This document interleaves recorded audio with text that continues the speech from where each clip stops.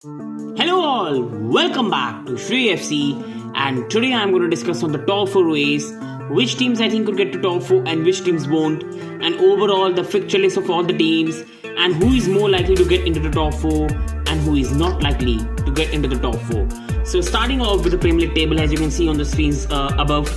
For me, I apologize, but for me, West Ham, Wolves have no chance for top 4, so I'm not including them in this chat. I think West Ham have too much European commitments and they're just too much points behind and have played an extra game over United and Tottenham that I cannot see them competing for this spot.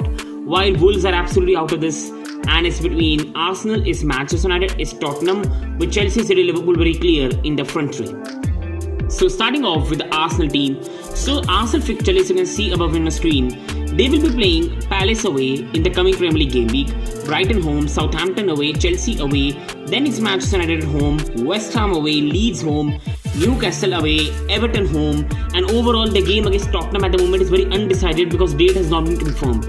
So these are the fixtures of Arsenal Football Club, and discussion on Arsenal, they still are the most likely to get the top 4 because they have a 4 points lead over United, 3 points lead over Tottenham with a game in hand.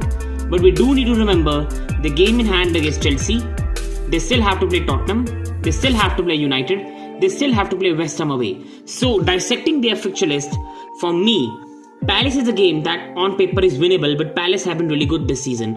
Brighton for me is 3 points for Arsenal. Southampton again has been a tough fixture, but I do think Arsenal should be able to win against them. I think Leeds United is a winnable fixture, Everton is a winnable fixture, Newcastle away is tight, but still let's say it's a winnable fixture.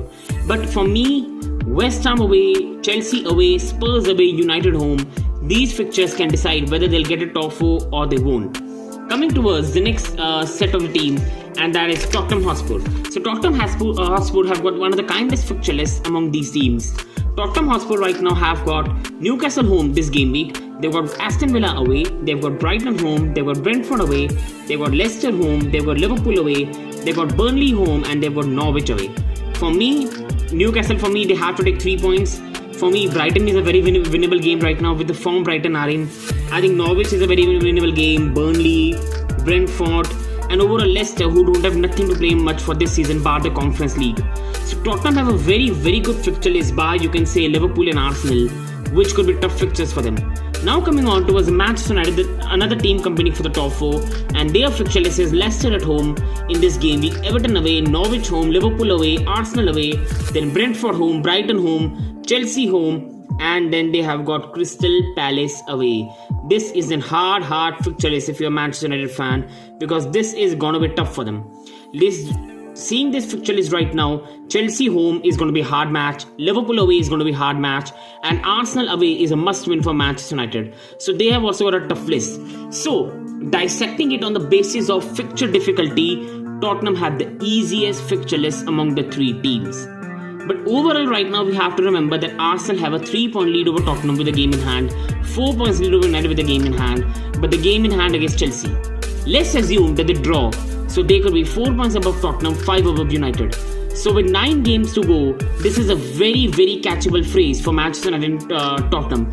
5 points and 4 points is very catchable in 9 games. Now, the top 4 for me is going to be decided by what Tottenham can do against the smaller size. Under Antonio Conte, they have got draws against Liverpool, they have beaten Manchester City, you can say they've also beaten West Ham, but they've struggled against Burnley, they've struggled against Wolves, they have struggled against at home with Southampton and lost. So they have struggled in these matches. But the recent form has been beating Everton 5-0, beating Leeds United 4-0. So Tottenham slowly are dispatching these teams away, which they should be winning on the paper. Arsenal right now have been very good. They lost to Liverpool. Everybody started to think that Arsenal will drop out of top 4. But Arsenal this season are much more resolute Arsenal side than we've seen in the last 10 years. This is a very resolute Arsenal side. In the last 10 years, is that used to be Wenger sides that used to get the top 4. This Arsenal side is even more resolute. They are good defensively, they're good attackingly, they're a good bunch of youngsters. And overall, we all thought they'll drop points to Villa. They went away and won.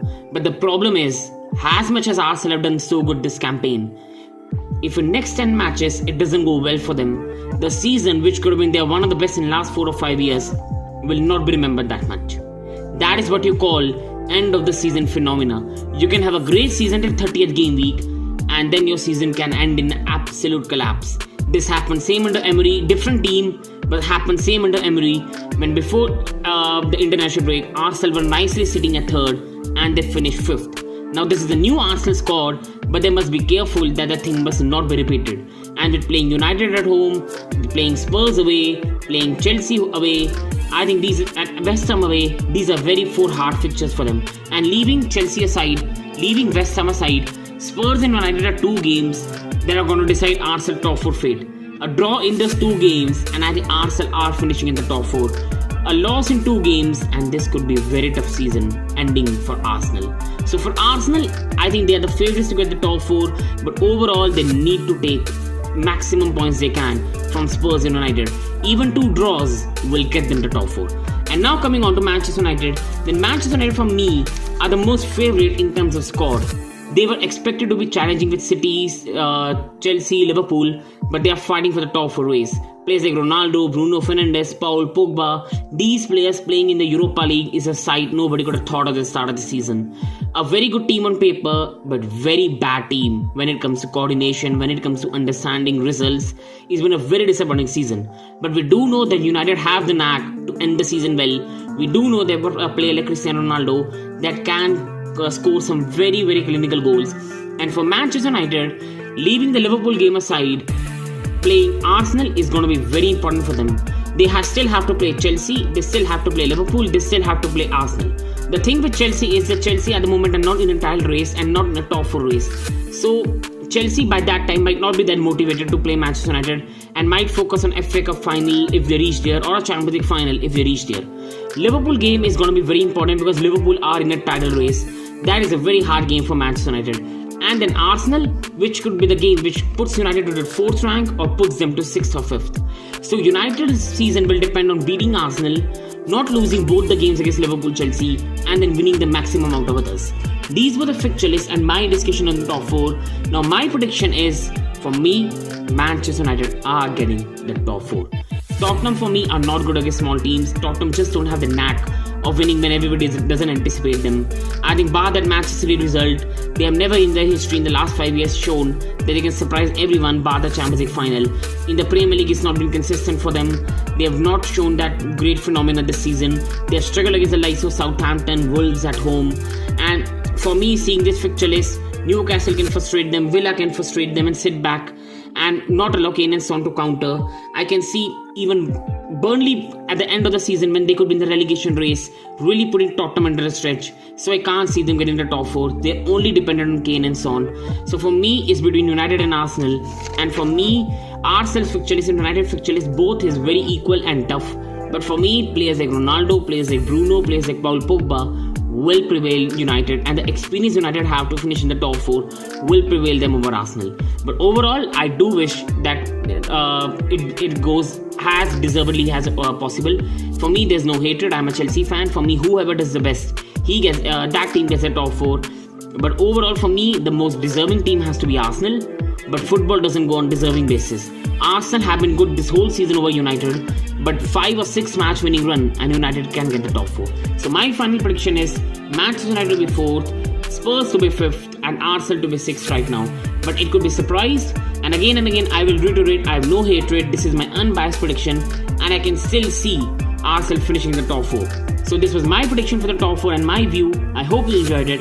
Thanks for watching.